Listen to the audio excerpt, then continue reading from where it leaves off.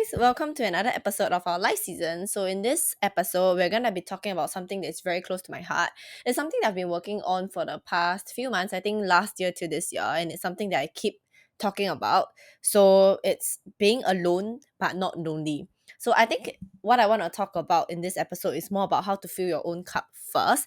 And I'm talking to a very specific group of people that are like me, I mean, the past me, whereby we have people pleasing tendencies. So if you're not oh my god, I can't speak. If you have not heard about it, it's basically how you identify yourself as someone that people pleases. You often find yourself feeling emotionally tired or you need time alone. You find it hard to say no to people. I think this is one of the biggest telltale signs of you being a people pleaser. You often feel used by others but is afraid to actually confront people or to talk about your thoughts and to set boundaries. So if you relate to any of this or if you feel like this, then yeah, I'm talking to you. You're just like me, like the past me where I used to people please. I feel like people pleasing is something that is deemed as really negative, but I don't see it that way. I came to realize that, we are all humans and we want to put others first, right? We find it really hard to say no to people because I don't know, like I think there's a lot of work that needs to be done when it comes to uncovering like the root problem as to why you would want to people please.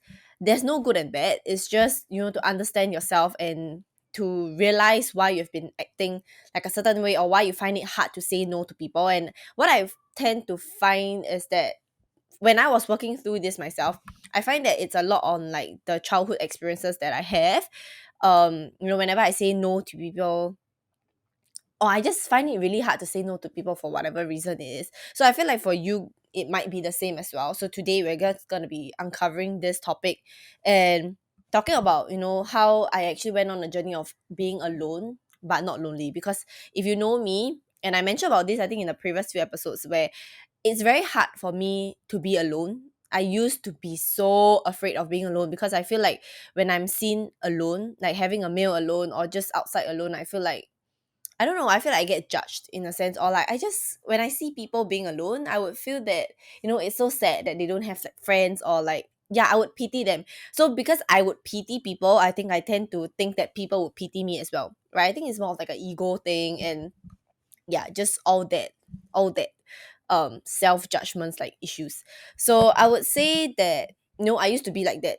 I used to be a people pleaser, especially to people whom I deemed as like of a higher authority, people who are better than me, people who are smarter than me, people who are more capable than me, which is basically majority of the people in my life. This is just my perspective and how I used to tell myself that there are so many people out there that are more capable than me. So this very statement, you can actually tell like how low confidence, like how much confidence I actually have with myself, like with my capabilities, which is very, very, very low.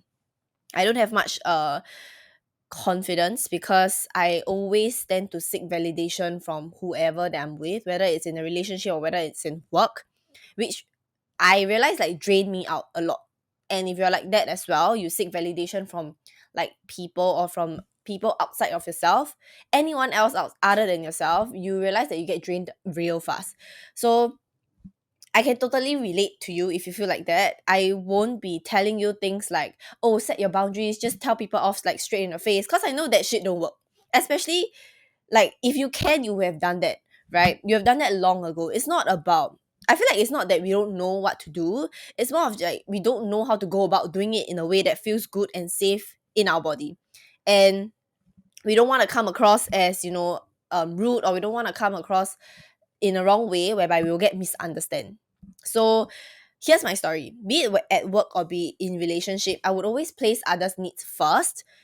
I'll always place their needs first before mine, and I'll kick mine aside so that it really depends on who I'm with. But no matter what happens, like my needs and desires I will always put it to the side, and I always think about uh what others want or what others need. And I'm not saying that it's a bad thing, but more of like I'm saying this is a part of me where I'm trying to fill up the certain void within myself by placing other people's needs, because then I want to be seen as someone who is respectful, who's not rude, that, because I feel like oftentimes when you talk about people pleasing, or rather when you talk about placing your needs first, a lot of times people would tell you that it's really selfish, or you would think that people would think that you're being selfish or you're being arrogant. So I think this is the perception, or this is the perspective that we have on putting yourself first, on the concept of self-love, which I feel like right now there are a lot of people talking about it. It's not as stigmatized as it used to be last time, but there's still, this icky feeling when it comes to, putting yourself first and asking you to place your needs and desires first, asking you what do you exactly want out of your life, aside from whatever that is whatever like people's opinion of you are about.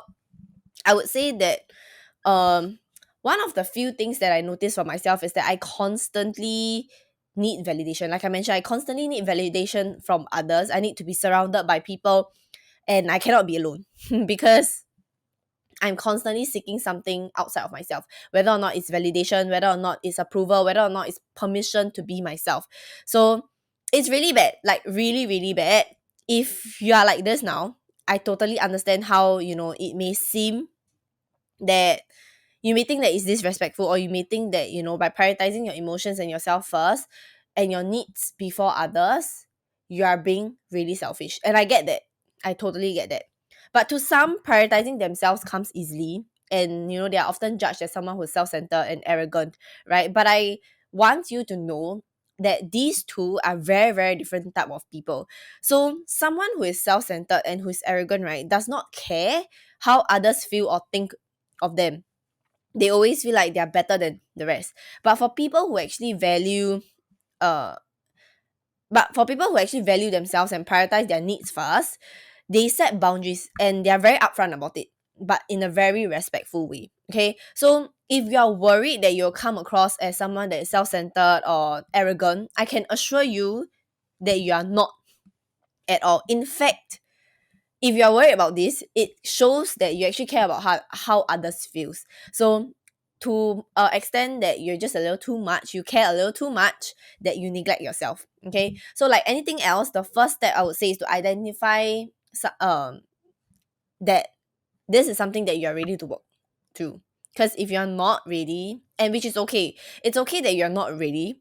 Whatever I'm about to say, right, would not change a thing at all. If you're not ready to take in new like mindset shifts, or if you're not ready to work through this, then I would say that, take some time to sit on it, to think about it, and come back whenever you're ready. Okay, but for those who are ready to work this through and be someone that, fills your own cup first, so that you can actually give back to others while, having people respect your boundaries and release the feeling of, being used and not being able to stand up for yourself, then if you're ready, I would say that, you got to understand that every single time you say yes to someone or to something, you're saying no to yourself. Okay, every time that you're saying yes to someone, you're saying no to yourself.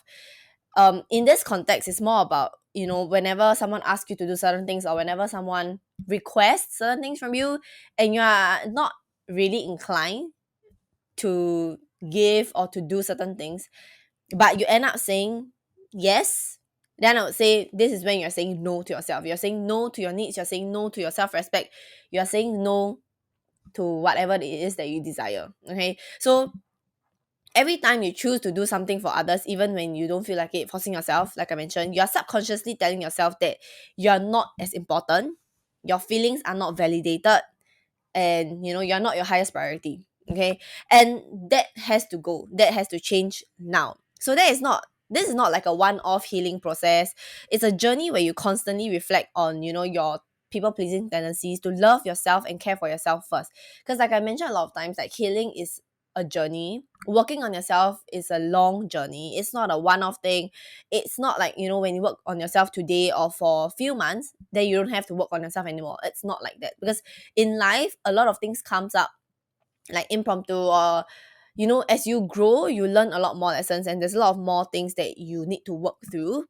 Not in a bad way, but in a good way, whereby, new level, new devil, whereby you are faced with different challenges that you have not dealt with in the past, and now you're ready to deal with it. Because I always believe that in life, the universe always gives us things that we are capable of handling.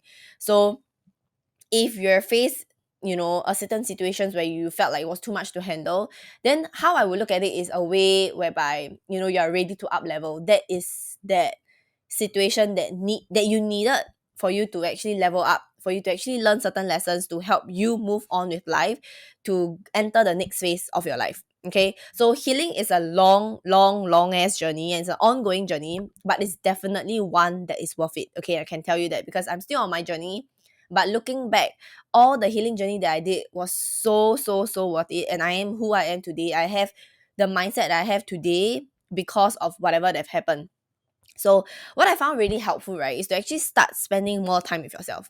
I know this may sound really, really scary, and I mentioned this before in the previous episodes and in the previous podcast where, I decided that I was going to heal regardless, and I allowed myself to do the most uncomfortable thing ever, which was to sit with myself and see what comes up, to sit with my thoughts in silence. No music, no nothing, just the environment noise, like the background noises, which is basically in my room, and just be silent, sit with myself and see what thought comes up. I think this is the most uncomfortable thing that anyone can do because we are not used to it. It's out of our comfort zone. And I can tell you that so many people are not doing it because we're oftentimes, like on the go doing certain things. So thoughts like sitting with yourself would never come up. And I understand why. So it may sound scary to you, it may not, especially if you have never sat alone in silence before. I can bet that majority of you, like I mentioned, are not doing it, or it hasn't crossed your mind before because there's just so much going on in our lives, right?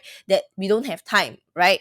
So if this is your reason for not actually spending time with yourself, like I mentioned, no music, nothing, just you and your thoughts, then I would say please go and listen to episode 4 of the podcast where I share like my concept of time and how I have actually created more time in a day without burning out or sacrificing on your sleep. It's a good one, okay? It's not your typical time blocking and time management tips.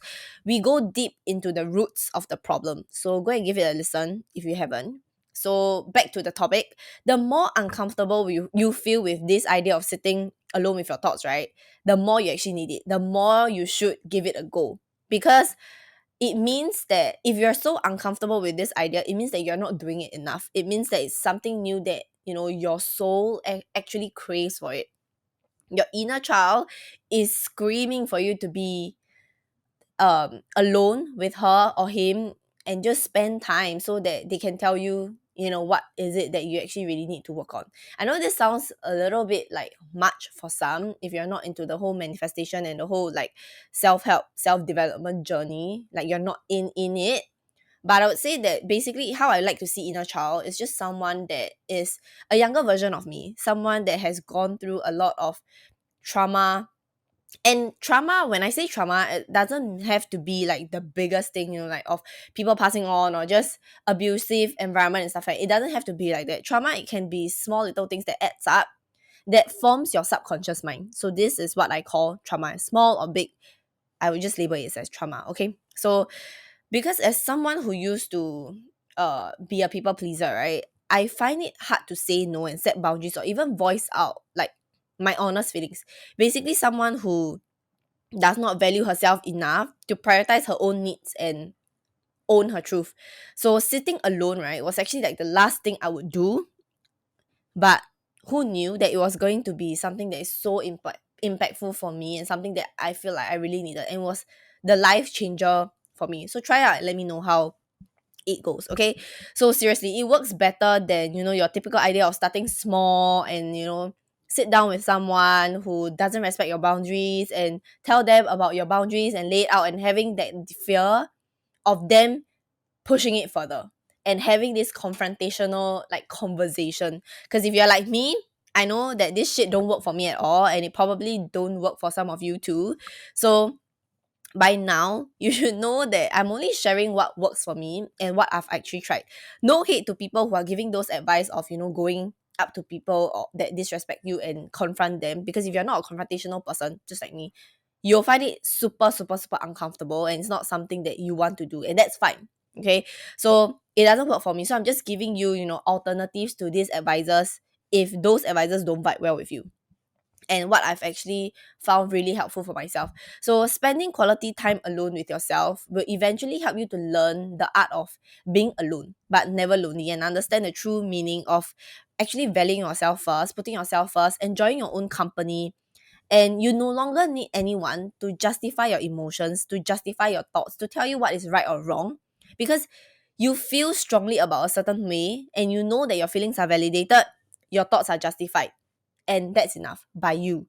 Okay, justifying your thoughts and your feelings is something that only you can do and you can approve, like, by yourself. You don't need someone to tell you that, oh, this is the right emotion to feel, this is the wrong emotion to feel, because everyone is just so different. Okay, so by doing all this, you're learning to fill your cup up first. I always believe that, by filling your own cup first, then you'll be able to give back to the people around you, to care for them wholeheartedly, but at the same time being able to protect your own energy. So you won't actually allow anything to affect the way you view yourself, because you have worked on yourself enough to know that, how you view others, oh no, how you view yourself is how others view you. Okay, if you show yourself enough respect, people will want to respect you too. If you set your boundaries, people will learn to respect you because you respect you. Okay, I'll say it again. If you set your boundaries and you don't allow people to step all over you, and you respect yourself, people will respect you because you respect you. Okay, it works both ways. The energy and the vibe that you give out there, how you treat yourself is how people would treat you. Because imagine this, like when someone looks at you and sees how well you treat yourself with respect, you value your time, you don't take any bullshit from the rest, people would know that she's not someone that, I want to mess with. Okay, so let's go in depth as to, what you will be thinking about when you're spending this alone time with yourself, because I feel like that is the key. It's the time that you spend with yourself.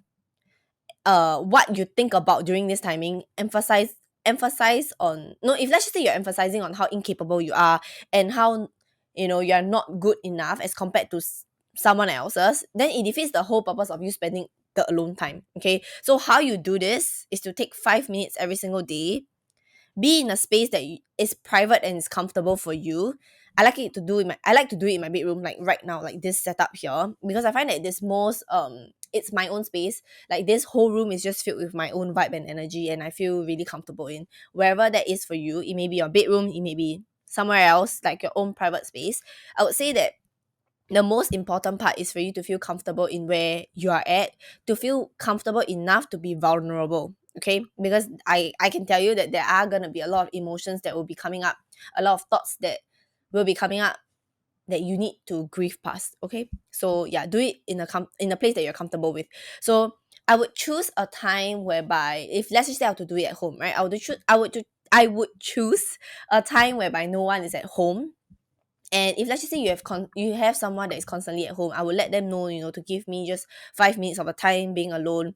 And if you're really shy about it, like how I was, I would say that, I'll be having a call or meeting, and I would ask them to not disturb me until I come out of the room. So do whatever it is that works best for you, whether it's a white lie or, whatever it is that allows you to be comfortable. Okay, comfort is key in this scenario. So for the first few times that I did this, there were a lot of confusion and discomfort that comes up.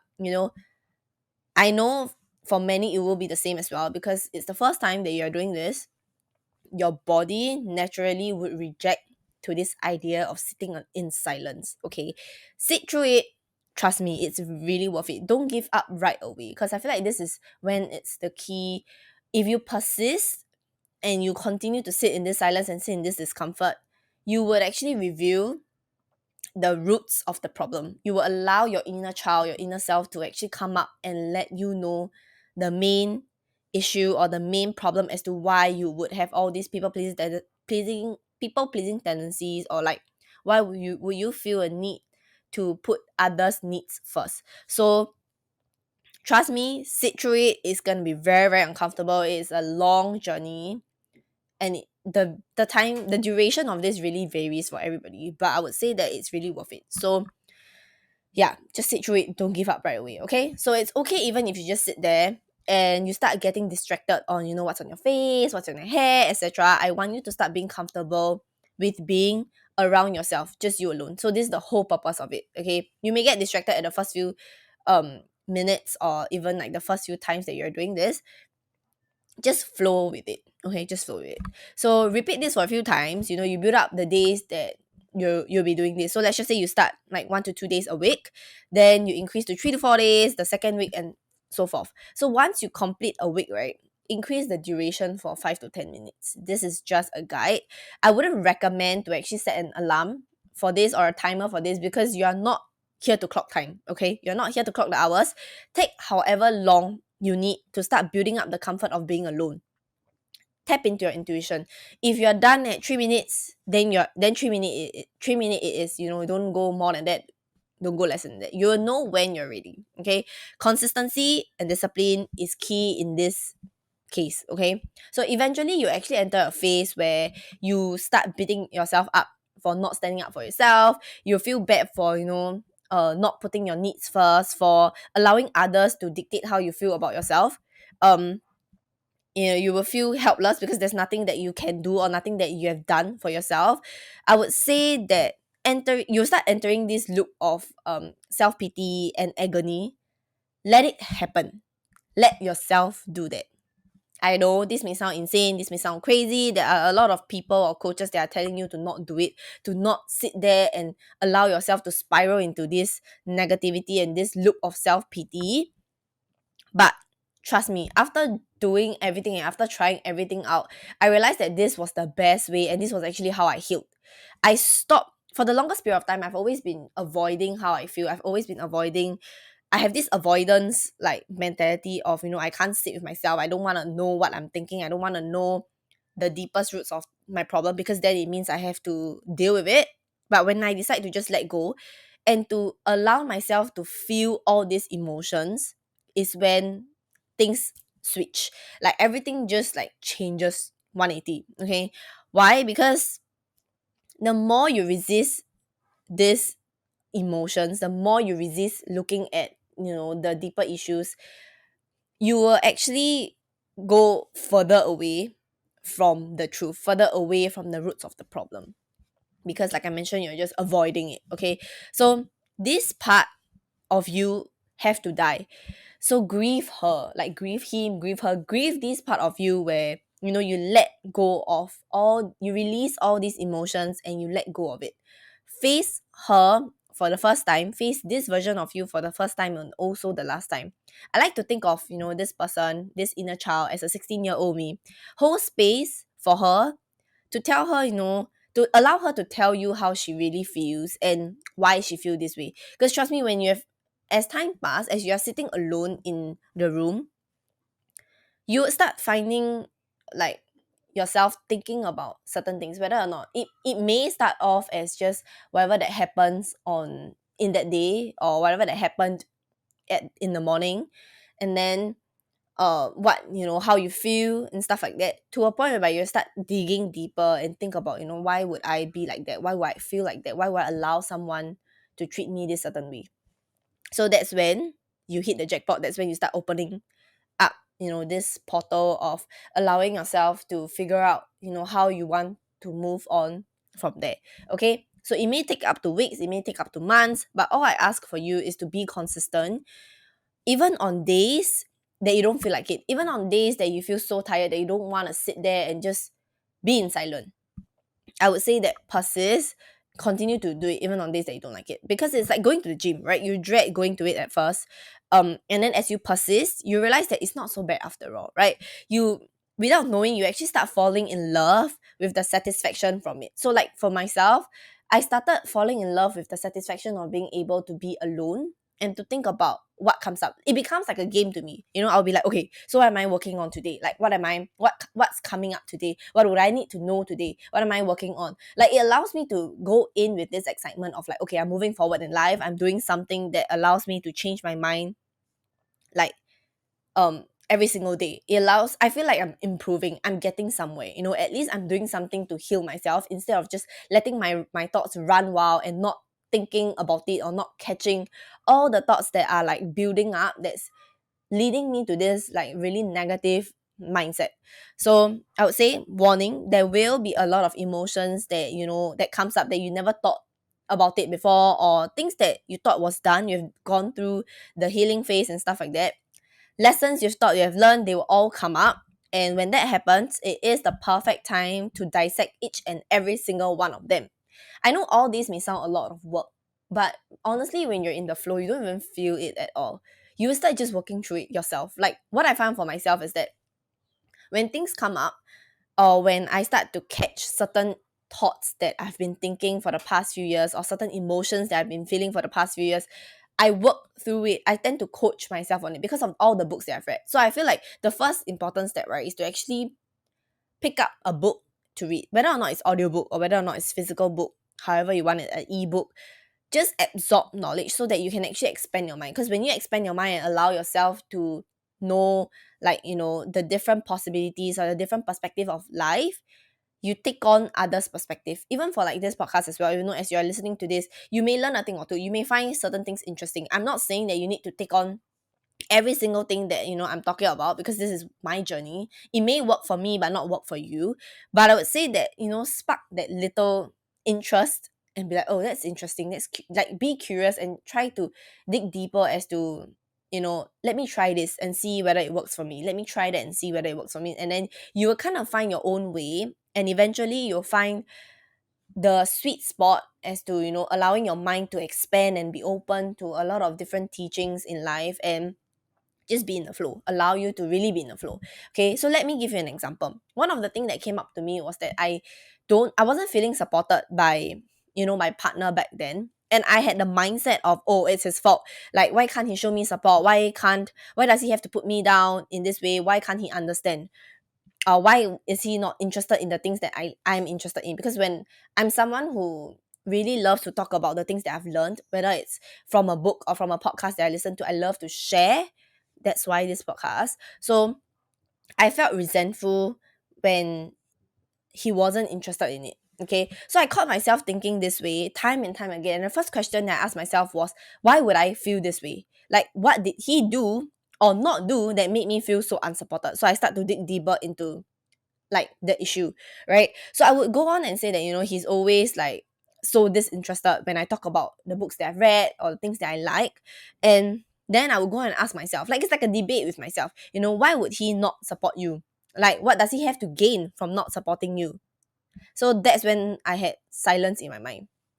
And this silence was so loud that I knew the answer.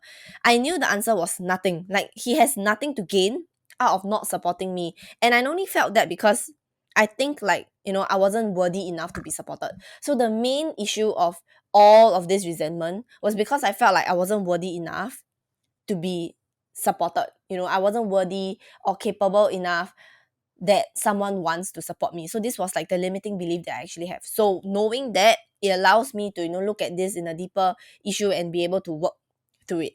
So the last question I asked myself was, so what can I do now in this present moment to change this mindset, to change this limiting belief that I have?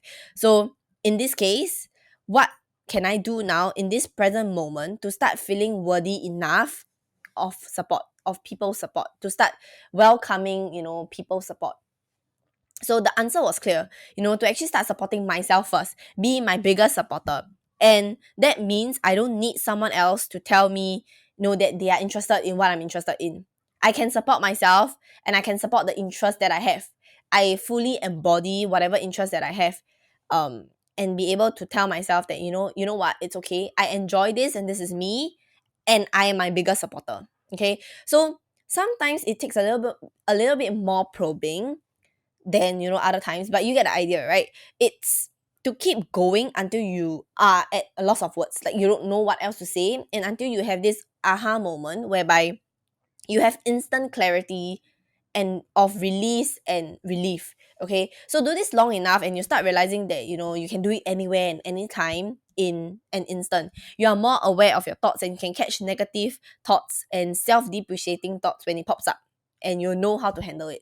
Because I used to do it in the bedroom, And then as time passed, I'll do it, in the train when I'm commuting to work. I start catching myself on like things that I used to tell myself. Like I'll be like, oh, this is a bad thought. Like, why would I think that I'm not worthy enough? Why would I think that I'm not capable enough? Why do I think that, I'm not someone that is worthy of respect? So a lot of things like, self-worth comes up. So that's when I will start to pick them up and start to grind myself and to make sure that, I get it um over and done with. Okay, so think of it as a game. I would say that to always think of life as a game. Life is literally just a game. Go with the flow. Whatever comes up, you deal with it. It's like a whack-a-mole, right? It's nothing serious, just impactful. That's all. No pressure. Okay, everything that you come up with, don't beat yourself up for having that thought or having the emotions. Just look at it, appreciate it for trying to protect you, moving on with it. Like, how can you change that thought now? Like, what can you do to actually remove that limiting belief from your life now? Okay, so to put everything into conclusion, I just want to say that, like, putting everyone else before you is actually the most selfish thing that you can do. Okay, because by doing that, you don't feel your own cup is actually empty. You don't fill your cup first. Then you need others to actually fill it up for you. So this may look like, seeking validation from the rest and waiting for permission to be yourself. So here's the catch. No matter how good you treat someone, they are not obliged to reciprocate. Okay, that's just the reality of things. And when you do not receive that, your cup will always remain empty. If you're constantly looking for someone to fill up your cup, and when that person doesn't reciprocate, your cup will always remain empty. You'll always be filled with resentment. Okay, and that's when you start to feel unfair. You resent, you beat yourself up for not being able to be strong enough to stand up for yourself. Okay, it's always on the power is always on, the other people's hands. Like, you don't have control. You feel like you don't have control of your life. Okay, that's something that you don't want to have, because we all have control of our own life. We all have control, like, as to what we think or what comes up. Okay, so I hope you understand that by prioritizing yourself and value your existence on this earth is the best type of self-care that you can actually do for yourself. I know self-care, a lot of times when we talk about self-care, it's about putting on a mask, going for facials, taking a bath, going for walks, spending time with yourself. But not a lot of people tell you that self-care literally is the best self-care that you can do is to put yourself first, is to prioritize yourself first. Okay, so imagine if you were to not value yourself enough, that you think that, whatever like that you have is not valuable. Whatever that you have, people will not want to hear. Imagine that I were to think like that. Imagine that, I don't value myself enough to think that whatever I have to say is not valuable. Whatever I told you, or whatever that I'm saying in this few episodes of our life seasons is not valuable. I'm actually robbing you away from the knowledge that I have experienced through my experience, and then um that may be something that is exactly what you need to grow. And if I were to think that I'm not capable enough, or I'm not important enough to share that, or I don't want to share that with you, I'm robbing you from the experience. And that is doing you a disjustice, and doing me like injustice. So that's why I want you to understand that no matter what, value your self-respect more than anything else, okay? Because think about it, the times that you've thought that someone else was amazing because she's able to, know what she wants and have clear boundaries and cut off people who are not respecting that, this can be you too. And you'll get there, like, just one thing at a time. And you just have to think of one thing. Just hold on to one thing. Learn to enjoy the time that you spend with yourself. Okay, know that you are valuable enough, that you value yourself enough. Oh my god, you value yourself enough that the people around you will start responding to you, your needs, and your desires. Okay, always put yourself first. I can't actually tell you how important it is when you start respecting yourself, right? Like, the people around you start knowing and start seeing that. Because for me, I have difficulty setting boundaries, right? And I've only recently started to set boundaries with certain people in my life. And I can tell you that I would think, I would come up with all sorts of scenarios where I think that they wouldn't respect my boundaries, or it's so hard for me to set boundaries with them because I'm so close with them. But when I start to work through it, and when I start to tell myself that, you know what, I'm gonna show my boundaries through actions, a way that is more comfortable for myself, that's when you start to realize that people understand and people don't cross your boundaries. Because I will often think that, when you talk about setting boundaries, you need to be so hard up and harsh and sit someone down and be like, look, here's my boundaries, don't step on it. And I'm not someone that likes to do that. I'm not confrontational.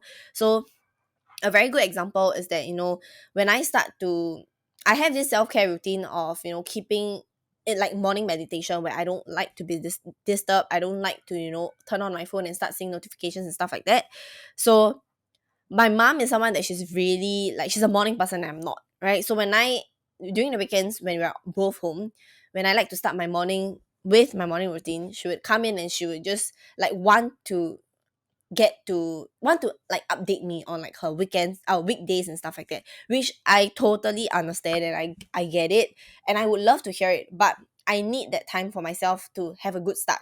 So how I set boundaries with her was to not sit her down and tell her, that this is my boundaries, but more of like, I would lock my door in the morning and I would just do like my morning routine, or I would wake up earlier and do my morning routine when she's still asleep. So these are like little steps that you can take to set your boundaries. There are a lot of ways to set boundaries. Even let's just say setting boundaries with your boss or your I don't know, someone that is managing you per se, right?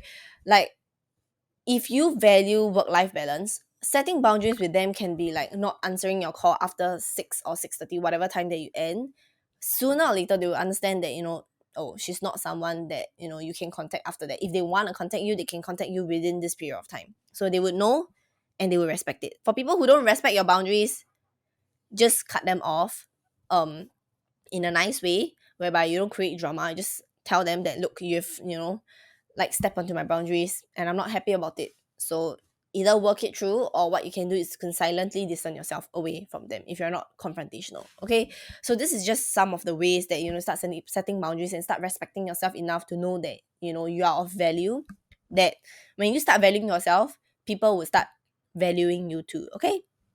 So that's all for today's episode. I hope that you gain a little lesson or two, or you start actually really learning how to sit with yourself and spend more time with yourself to see what comes up.